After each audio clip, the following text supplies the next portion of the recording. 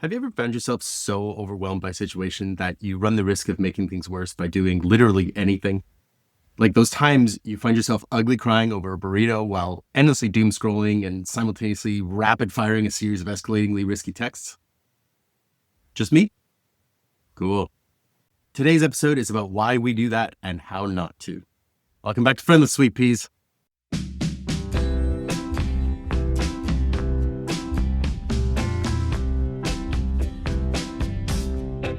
I'm your host, James Abermenko, and this is episode 3 of the DBT micro season.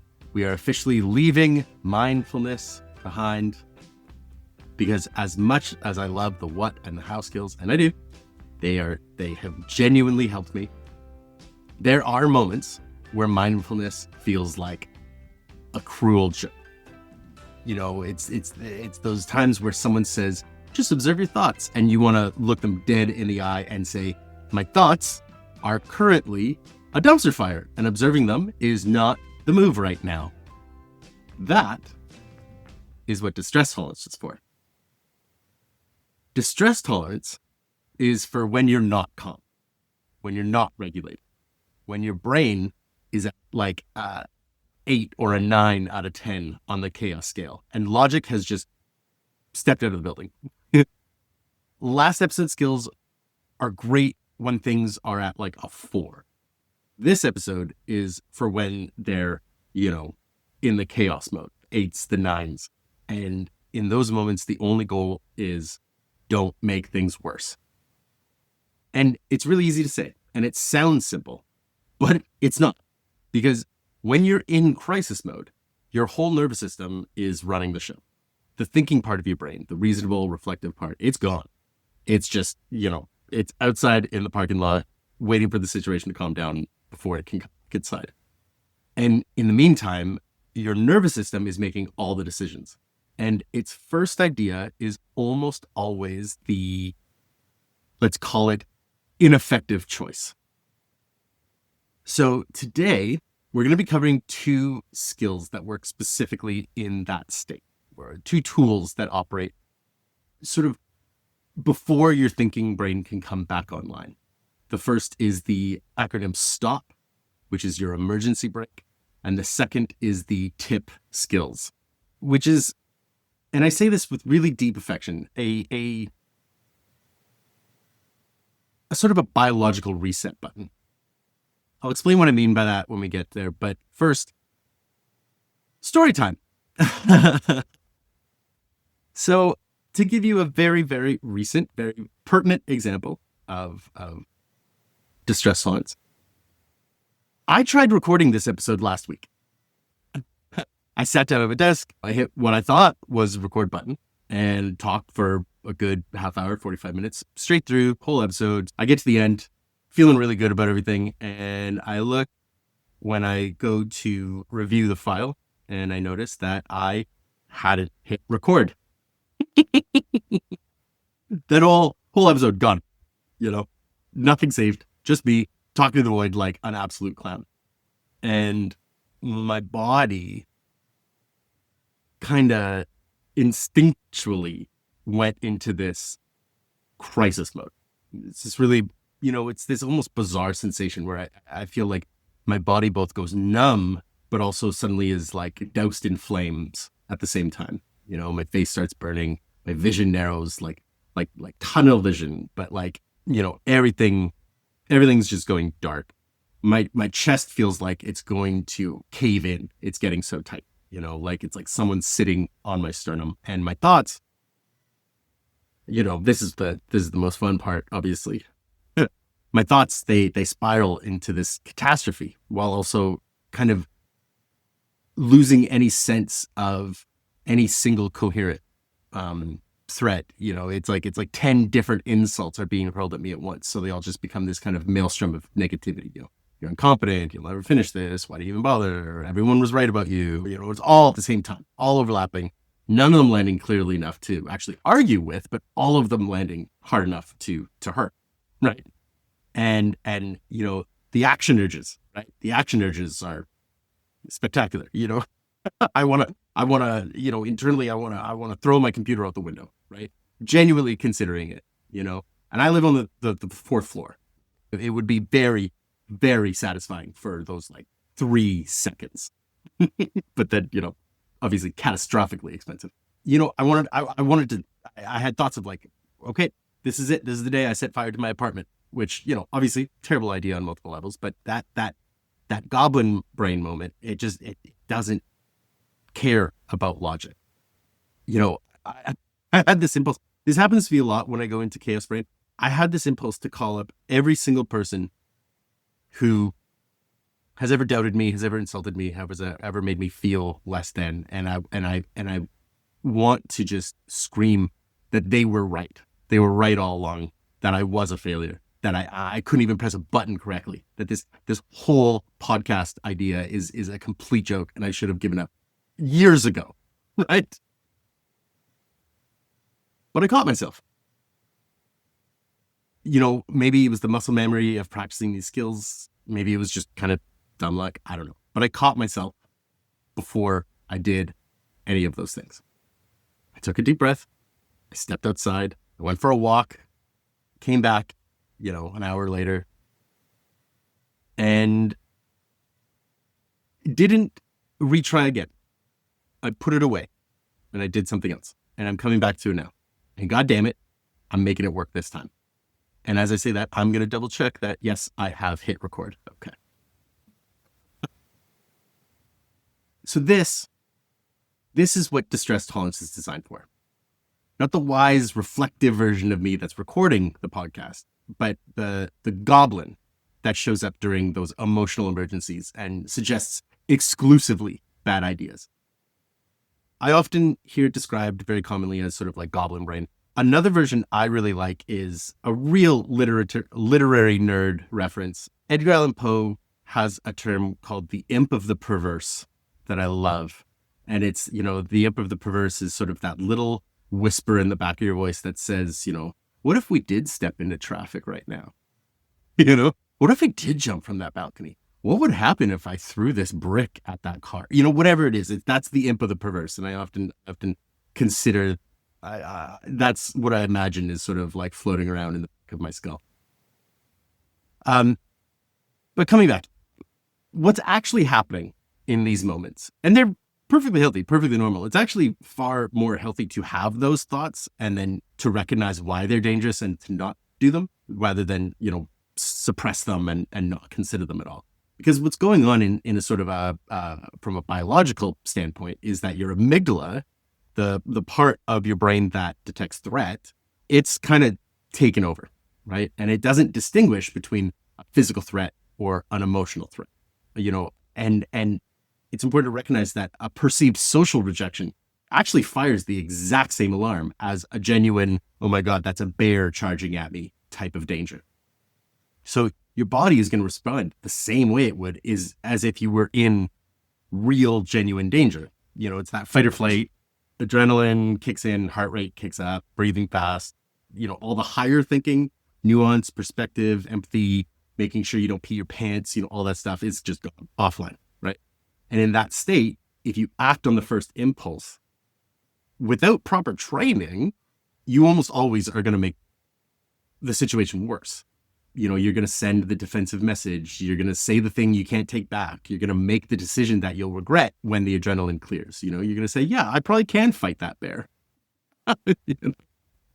Spoiler alert, you can't, right? So we need tools that work in that state. And that's where stop and tip come into play. So stop, there's a lot of, what are they called? Acronyms. There are a lot of acronyms in DBT. Marsha Linehan loves her acronyms. And the first one we're going to introduce is SCOP. So stop. So this is your emergency brake. It tells you exactly what to do in the literal moment you feel yourself about to act on an impulse. It's your thumb is hovering over send on your phone, or when you can feel those words kind of rising in your throat, when your body is really just begging you to do something, you stop. So then we break it down. S, funny enough, is a repeat. S stands for stop. Again. So the full acronym is stop. S also stands for stop. Literally freeze. Don't speak. Don't text. Don't send an email. Don't move. Don't do nothing. And the reason it is reiterated is because this is the hardest thing to do in those moments, because everything in your body is screaming, do something, right? These types of emotions are engaging, motivating, moving type emotions. So the adrenaline wants action, right? The emotion wants to be expressed. It wants to move. And it can feel almost unbearable to just stop.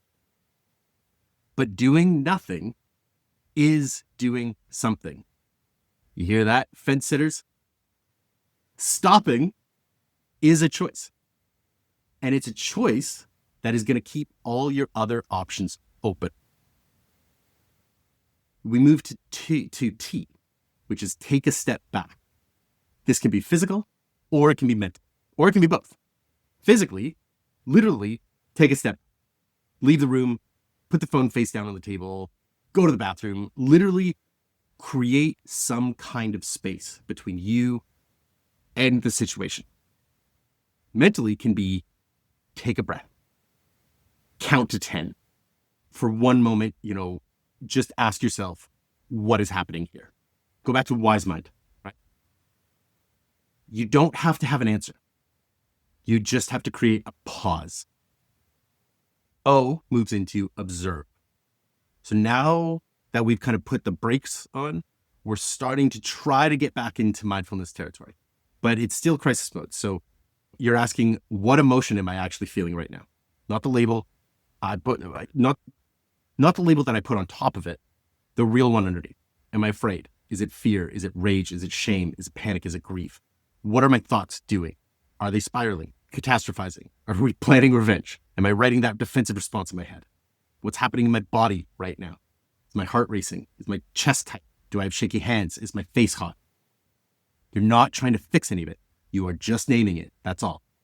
And because naming it creates that little gap of space that we talked about in mindfulness episodes, that allows the space for you to go from being in the emotion to observing the emotion.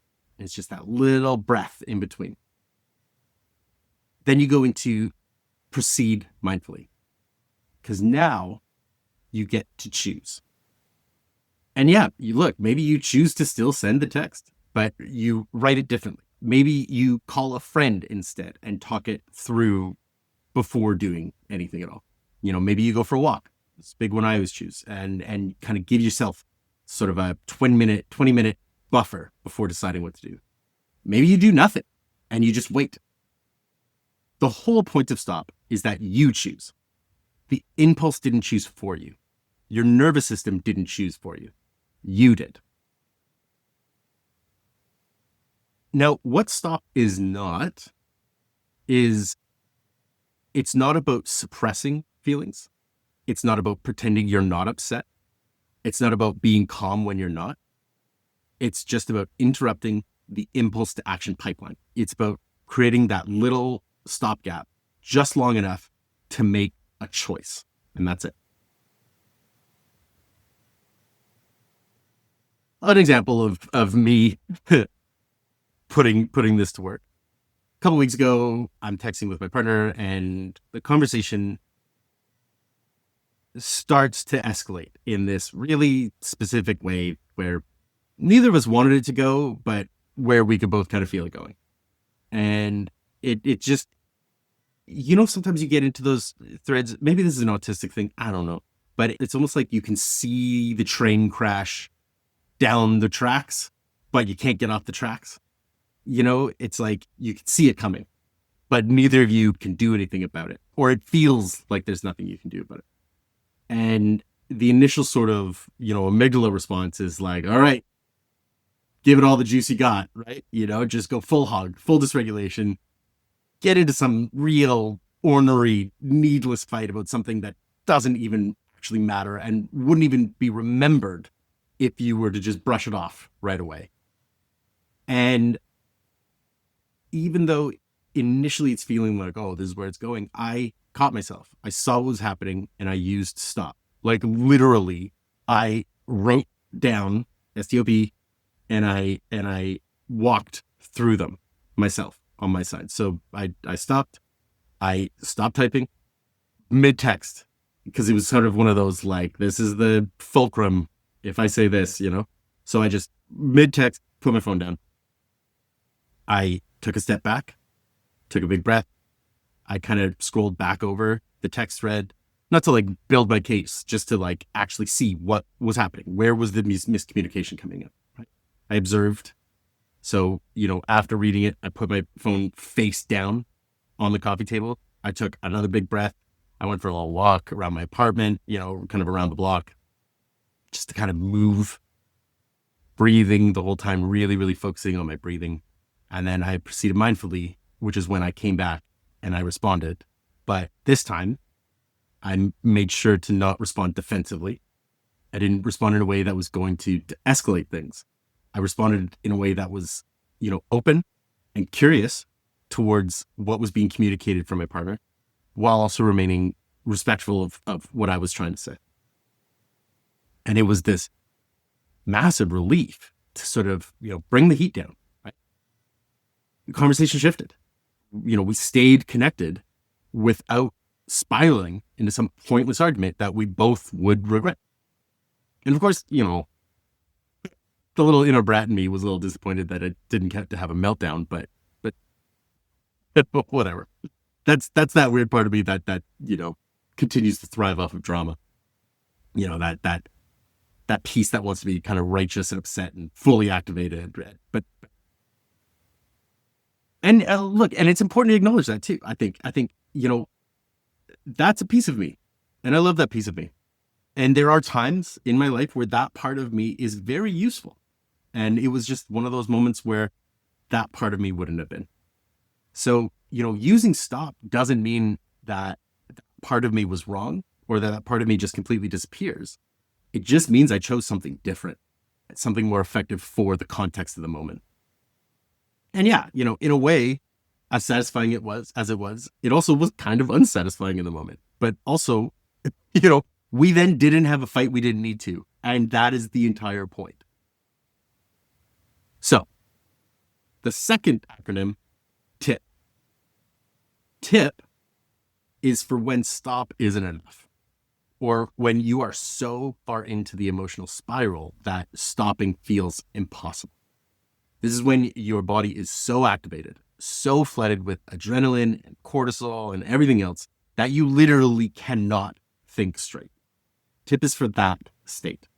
And it works differently than stop in that it works on your biology directly. These are not thinking skills. They are literally physical interventions. You are using your body to calm your body. And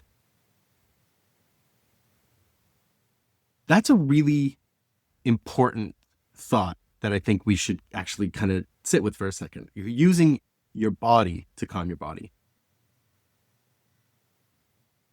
For me, something that I continue to, the word isn't struggle with, but something that I continue to catch myself doing is that I have spent a lot of time trying to think my way out of emotional crises, trying to logic myself down from whatever emotional state I'm in. And that mostly doesn't work because logic exists in the sort of prefrontal cortex. And when you're in fight or flight, that cortex, it's not running a thing. It's gone. So TIP bypasses that. And it goes straight into the nervous system to help you out. So here's T stands for temperature change. And more specifically than that, cold water on your face, an ice pack on your eyes or on your cheeks, literally even just running your wrists under cold water, a cold shower if you're at home. The initial recommendation is a cold bowl of water, and you hold your breath while you dip your face in it. What this does is it will activate something called the dive reflex in your body. It's this kind of like mammalian physiological response that will literally immediately slow your heart rate. So your body interprets the cold on your face as submersion in water, and it downshifts your nervous system to conserve oxygen. And I know that sounds intense, and it's a little intense, but it genuinely works. And it's not like you have to, you don't have to drown yourself, right? It's just, put your face in some cold water. But you also don't need to, if you don't have a bowl big enough, I got a big head, right? So I don't have a bowl that I can fill up fast enough. So it's not like you have to submerge your face in a bowl of ice water. That's just an option if you want to be really dramatic and awesome, right? Even just splashing cold water on your face for 30 seconds is going to shift things.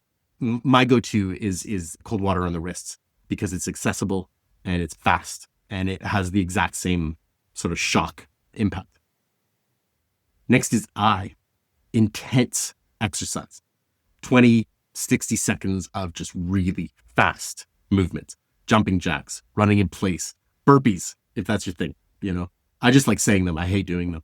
Just dance aggressively, put on a song and just dance really hard, go up and down stairs really, really fast. What you're doing is you're burning off the adrenaline. The adrenaline's in your body because it's preparing you for action. That's of the 4 F's, that's the fight and flight. And if you don't take action, it just sits there and it keeps you activated. So you have to burn it out. And intense movement is going to use it up. Essentially it metabolizes it. So it gives your nervous system permission to kind of come back down. And the thing is, you don't have to do it for long. Adrenaline is not built to last in your body for very long. So even just doing, 30 seconds of jumping jacks is going to make a big, big difference in your body. The first P is paced breathing. So that's a slow inhale, but a much longer exhale.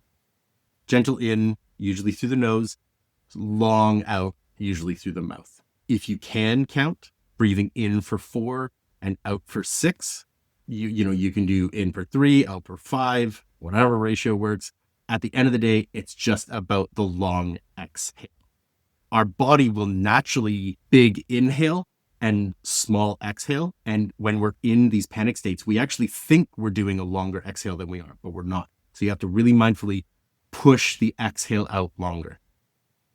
Your exhale, the reason this helps is your exhale is connected to your parasympathetic nervous system. This is the kind of the rest digest system. This is the opposite of fight or flight. And a long, slow exhale is the signal to your body that the danger is over. So this is why taking these deep breaths really help. Not because it's a cliche, but it's literally biology. And just remember, longer out. The other P, the second P, is paired muscle relaxation. And admittedly, for me, this one is a little less instinctive, but it is really, really effective once you kind of get a practice in. It's about clenching muscle groups. So you clench your shoulders up hard for, a count of 3, and then you release it on a slow exhale. So it's, shoulders up to your ears, hold, exhale, and release. Then you clench your fists tight with the inhale. You hold it, you exhale and release. You clench your face, right? And then you hold it, exhale, release. And that tension release cycle teaches your nervous system what relaxation actually feels like. It's this physical reminder. This is what you're working towards. This is the sensation right here, right? So it's teaching your body how your body can feel when it's safe. I'll tell you a few brief examples of kind of my relationship to TIP, because TIP on paper is incredible. And TIP in practice is only slightly more complicated. But truthfully, it's once you get into the rhythm of it, it's really, really applicable.